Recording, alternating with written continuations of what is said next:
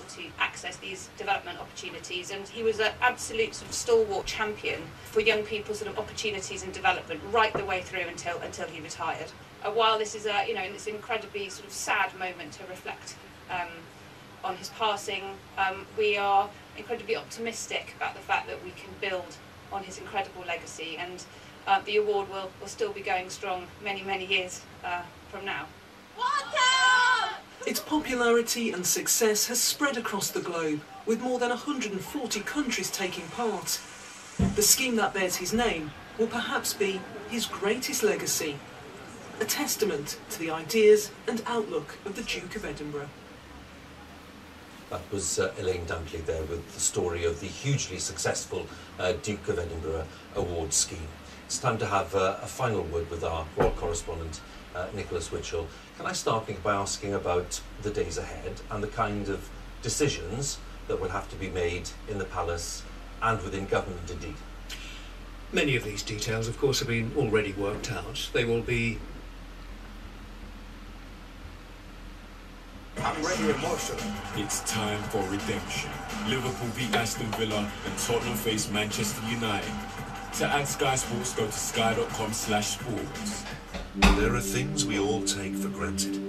As the rivers and tides flow, the sun will rise, the wind will blow, and the earth will spin. But are we now spiralling into a climate crisis which cannot be avoided? No one can predict the impact that it's going to have. This is really a moment of truth. Expected to be hit very hard indeed. What can be done to reverse the spiral? The Daily Climate Show on Sky News will look for the answers. It's a dream, the biggest festival for jump racing. What a day of action. And here's the Grand National favourite, number 4, Definitely Punching. And you can see why, Gina. And I hope he stayed cool when he was bombing, but the fact is, until you know, you don't know, and therefore it shouldn't ding you that much when you go home that night. Say one step closer to not bombing out there, right?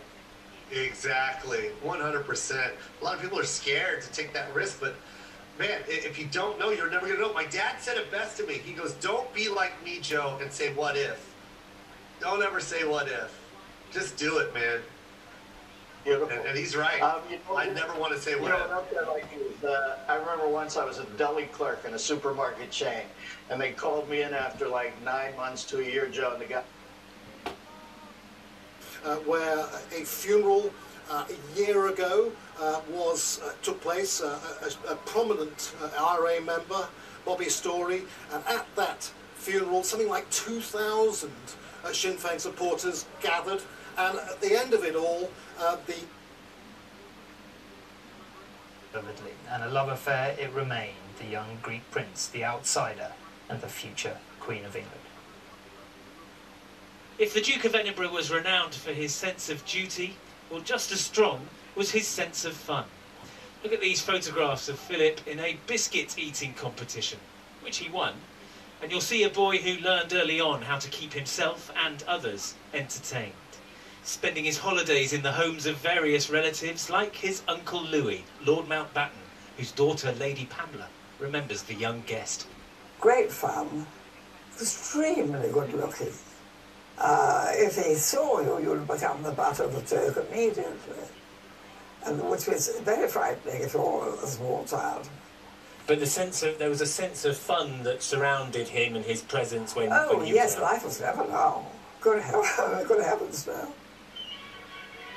Mountbatten was the Royal Navy commander, who was also a friend and relative of the royal family, and he counselled Princess Elizabeth in the same way he'd been a mentor to Philip. To learn the identity of the ships and the answers to a dozen problems at once, the Princess questions her cousin, Commander Lord Louis Mountbatten. A happy picture this, and not to be forgotten. And in the early days of their relationship, he did his best to encourage romance. My father would try to help, and I remember an awful row with my father and Prince Philip. And Philip was saying, "For God's sake, keep away or you'll ruin everything." The heir to the throne's engagement to the dashing young naval officer brought brightness to Britain's post-war gloom.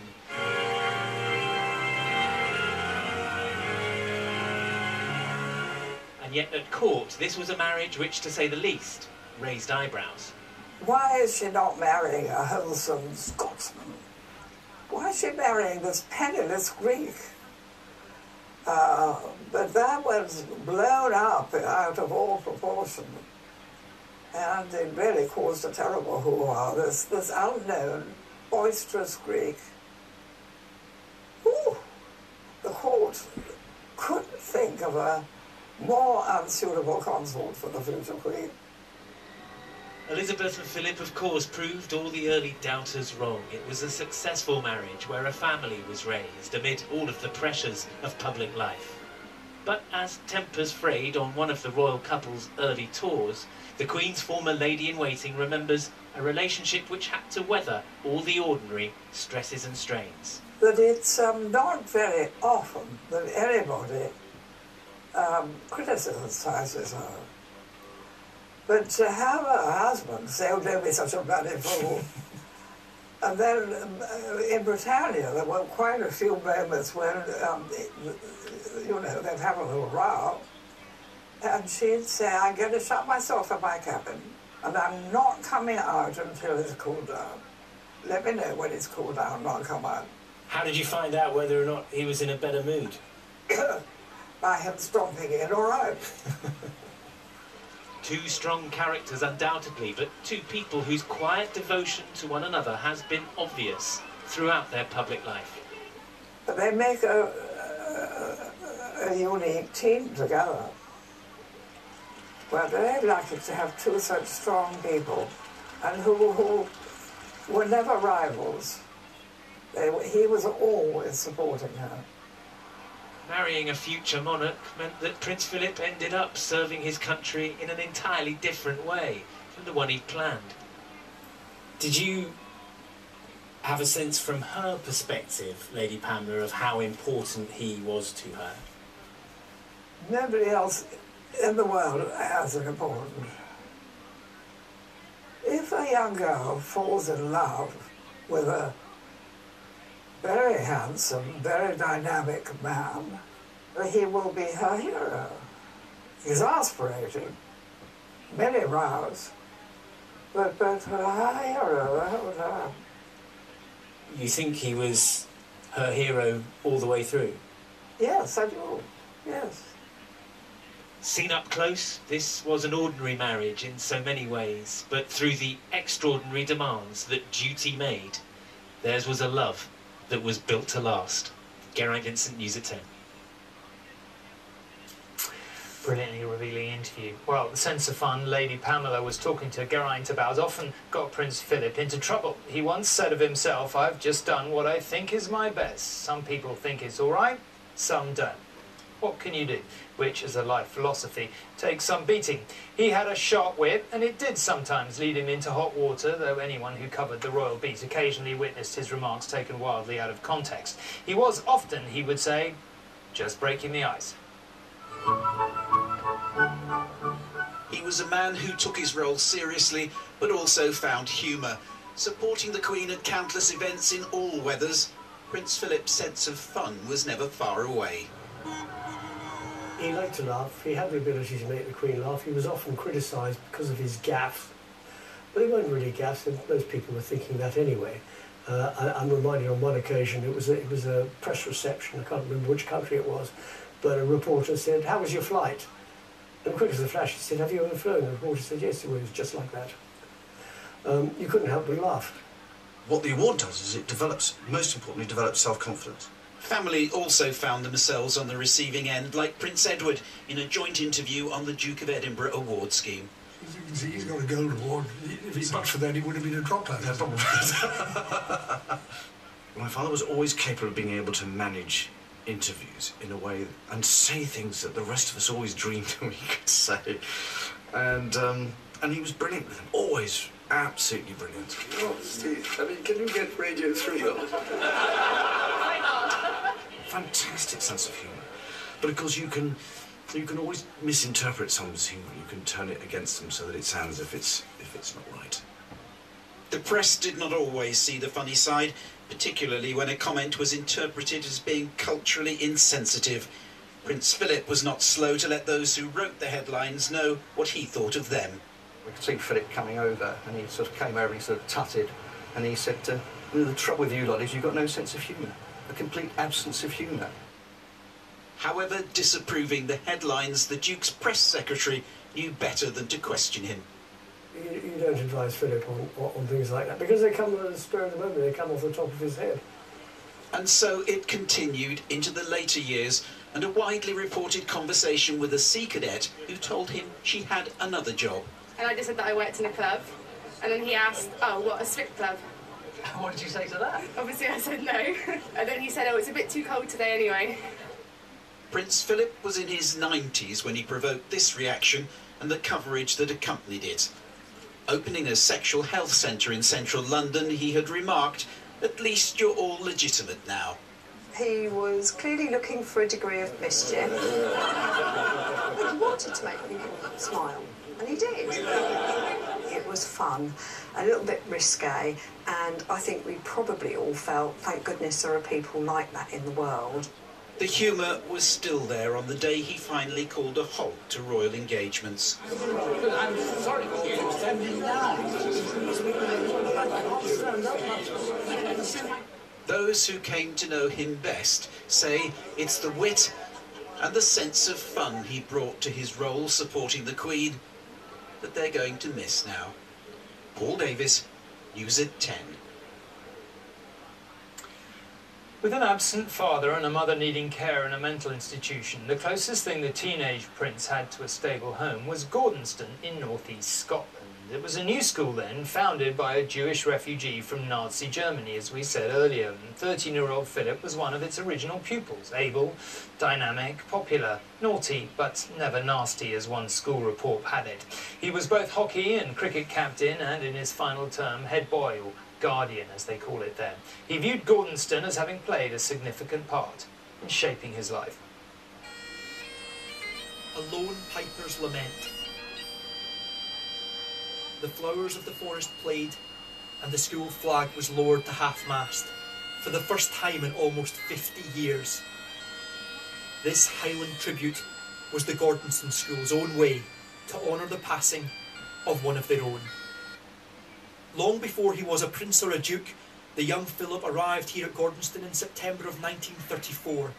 He was a 13-year-old child who had a nomadic life across Europe and a troubled upbringing. But it was here at Gordonston in Moray where he says he became a man. He was among the school's first ever pupils, where they still keep a record of his early report cards and reflections from his teachers. The current principal at Gordonston reveals this insight into some of Philip's early misadventures. It says that he got into a fair number of scrapes. He was naughty but never nasty, and a great story of how on his way to seamanship at Hopeman he was quite an enthusiastic cyclist, but he narrowly avoided a clash with a baby in a pram because of his cycling prowess. In many respects, the Duke of Edinburgh never fully left Gordonston. I think that's absolutely right. Gordonston was part of the Duke of Edinburgh's life from when he became our 10th pupil in 1934 until just a few weeks ago, when I received my most recent letter from him. And last year we sent him some of our apple juice and our honey, which the students themselves had made, and they were delighted to receive a letter from him saying that when it arrived at Balmoral, it immediately made its way to the breakfast table and was thoroughly enjoyed. At Gordonston, it was the school's founder, Kurt Hahn, who truly inspired Prince Philip with an education that went beyond the classroom. There were early morning runs through the Moray Hills, cold showers, and sailing was part of the education here. Philip took the school's schooner all the way over to Norway on one trip, and Kurt Hahn introduced the young Duke to a life of service at Gordonston that leaves a legacy well beyond these school grounds. This is the origin of the Duke of Edinburgh Award. It's called the Murray Badge, and the young Prince Philip was one of its recipients. It was given to pupils here at Gordonston for their voluntary work and services in the local community. And then in 1956, Kurt Hahn convinced Prince Philip to put his name to the award and make it open to young people across the whole country. Ever since, more than 3 million people have received their Duke of Edinburgh Award. Prince Philip left a presence here. He was cricket captain, hockey captain and school guardian. He thrived so much he decided to send all his children to Gordonston to follow in his footsteps. Here he is dropping off a young Prince Charles to start life at the boarding school, though Charles famously found the physical challenges here quite miserable. The school's latest cricket captain, though, has reaped the benefits of the Duke's bursary to open up this education to a whole new generation. I think, in honesty, it's life-changing. I think this is such a unique place that if you were to go to any other educational establishment, you wouldn't get the opportunities that you get to do here.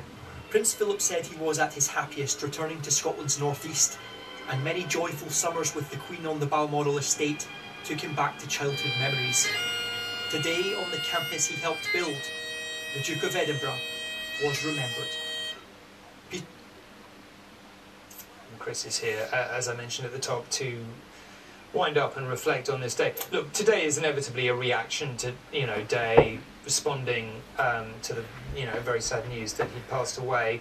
Tomorrow we begin to enter the sort of things that have been planned for, so people can pay their respects and so on. So what happens tomorrow?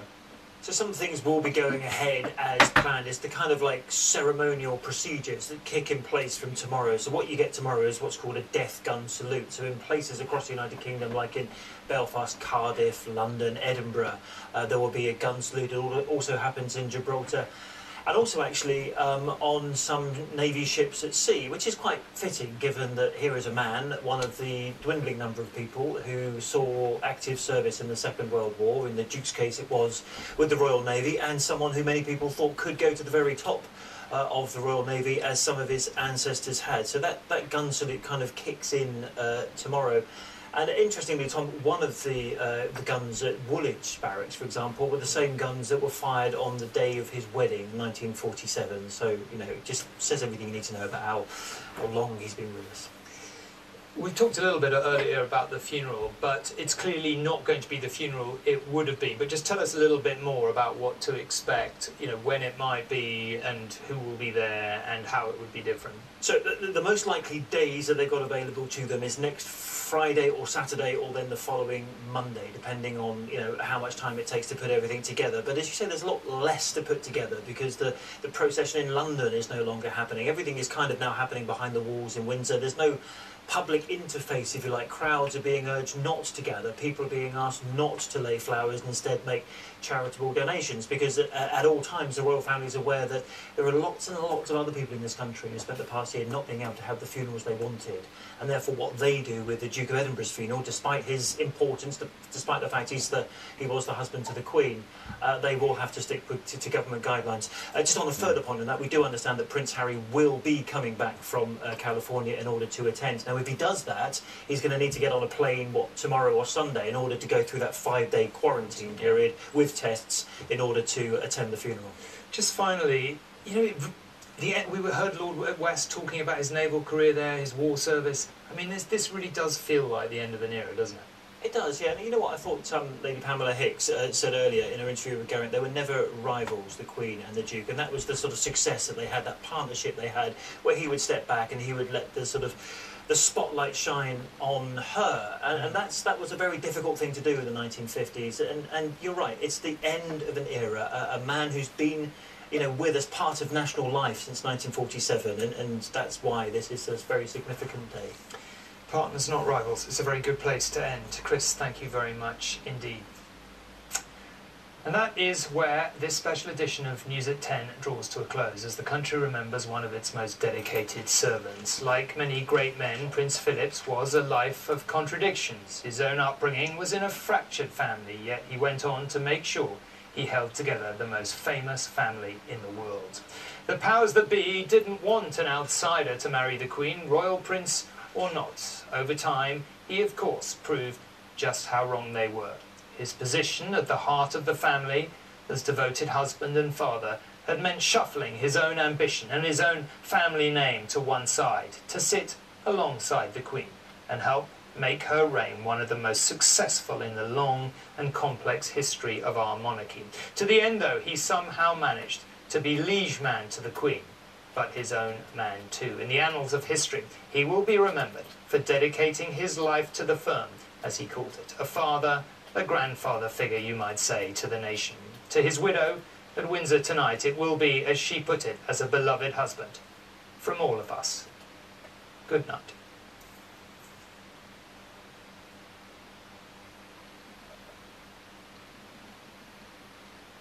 Hello again. So the weather story for this weekend is a colder one for many of us. Temperatures by day will be a little bit below average for the time of year. We're expecting some frosty nights and there will be a few showers around. If you catch one of these, it could be wintry in places.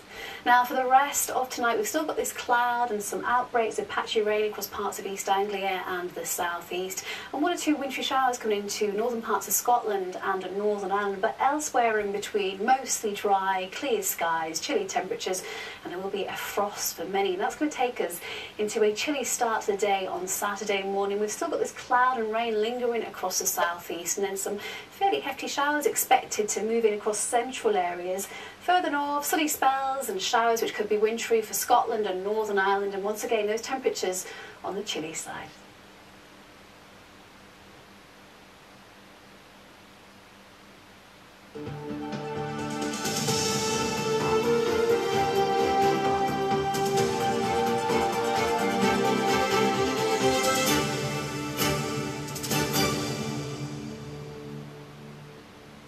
Good evening. The West Country is united in mourning tonight, paying tribute to the Duke of Edinburgh.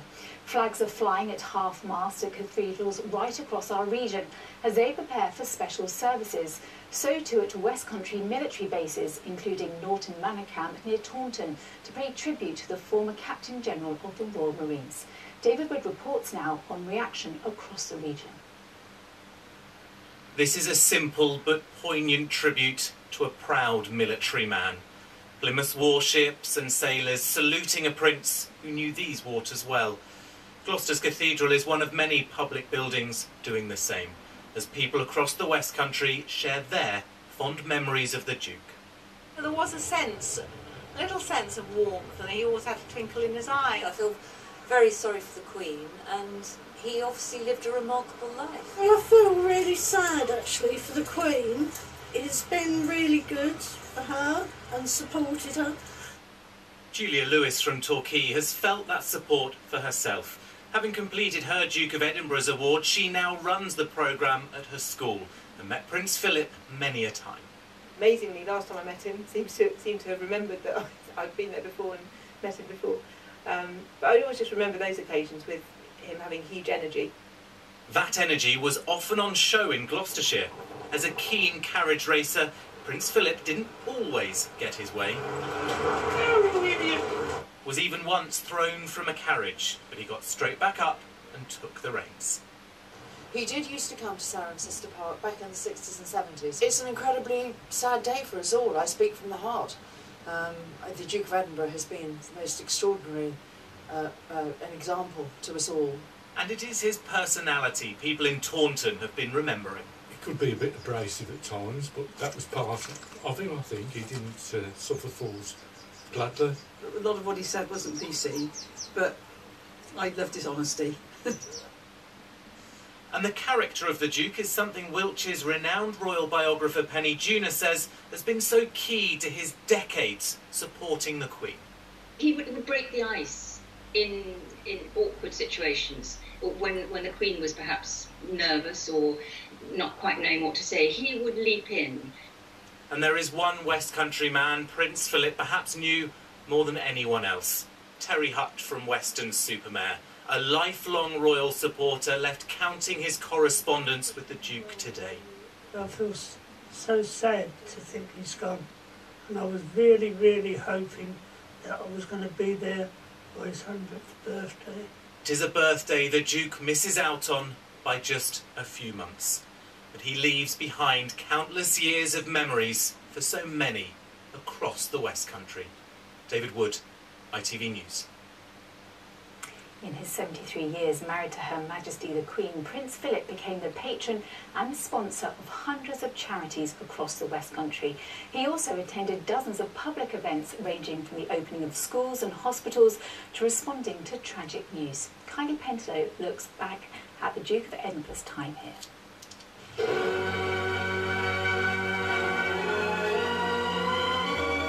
Less than 3 months ago, a great flood swept down from the hills to smash the little Devon town of Lynmouth. Now the Duke of Edinburgh, on his tour of the West Country, visits the people who have come back. In 1952, the Duke of Edinburgh witnessed the scene of devastation in Lynmouth, meeting those whose homes had been destroyed. There was my parents, my grandparents, they'd all lost everything. All we had was what we stood up in. Back in those days, I mean, the Duke of Edinburgh coming, that was something special. Nearly all of Linton and Lynmouth was out to come out to see him. Well, it meant everything to people who hadn't got anything. It gave them a boost. And it was just the fact that somebody cared somewhere. He returned 50 years later to hear the stories of survivors and remember. Along with the Queen, Prince Philip was in Eggersford Forest in Devon in 1956, celebrating the achievements of the Forestry Commission and planting a tree in the process. After he planted the tree, the Queen and him spoke to local Forestry Commission staff. Prince Philip was presented a slasher by the forester that was here stationed here. A slasher is a tool which a forester uses for marking trees. Always at home on the water, he was on board this lifeboat on the Lizard as its new station opened in 1961. Hundreds gathered to watch the 40-year-old visit Cornwall. The magnificent new bridge over the River Severn provides an £8 million gateway to Wales and obvious benefits to industry and commerce. The Queen and Prince Philip were the first to cross the Severn in 1966 on the new bridge. We'd seen the bridge being built, obviously, and we received an invitation to go onto the bridge. There were so many people there. There was raised banks of scaffolding seats, and there were thousands of people there. And we saw the Queen's car coming up the slip road. The cavalcade came past us with Her Majesty, Prince Philip and Prince Charles. A keen sports enthusiast, Philip helped develop the equestrian event of carriage driving, and in 2004 his skills came in useful on a trip to Wadworth Brewery in Devizes. The Duke of Edinburgh was incredibly good with people. I mean, he talked to absolutely everybody that he met, and he drove the dray through the town, which was amazing because it was raining really hard. And there were lots of people in the town, lots of children waving flags. It was really good fun, and I hope he enjoyed it.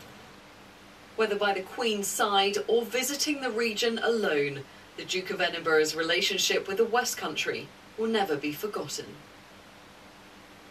Well, the Duke of Edinburgh and the Queen were married for 73 years, the longest marriage of any British sovereign.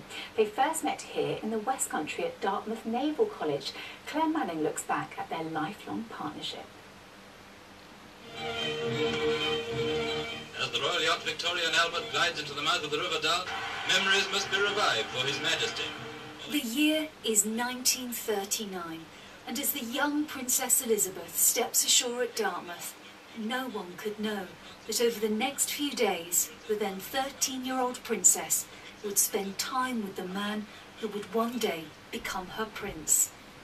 The once Prince Philip of Greece and Denmark, now a young naval cadet, was assigned the duty of entertaining the young princesses. Photos of that time are held at Britannia Royal Naval College. We've got this beautiful photo album in front of us. It feels a bit of a privilege actually to be looking at it. Tell me more about it. Well, this is the family album belonging to Captain Dalrymple Hamilton, who was captain of the college here at Dartmouth when the royal visit took place. Among the snapshots is this one of Princess Elizabeth and Philip playing croquet. At the time, this shot would have seemed insignificant, but it shows, here in Devon, the very beginning of their relationship. It can be seen as quite a sweet photograph, actually, of the two of them meeting, getting to know each other properly, really, for the first time. It was a few years later the couple grew closer. At her Devon home, I met with the royal commentator Jenny Bond. I asked her how that young royal romance developed into one of the most solid of lifelong partnerships. I think the young Philip was sought after by many young ladies, and the Queen I mean, she thought he was drop-dead gorgeous, quite frankly. He was tall, he was athletic, he was blonde. It was a relationship based absolutely on love. The Duke himself said that it had been a partnership. It is with the greatest pleasure that the King and Queen announced the betrothal of their dearly beloved daughter, the Princess Elizabeth, to Lieutenant Philip Mountbatten. To us, he was Prince Philip, Prince Consort, the Duke of Edinburgh, but to the Queen, he was a much adored husband. I can only imagine that the Queen is bereft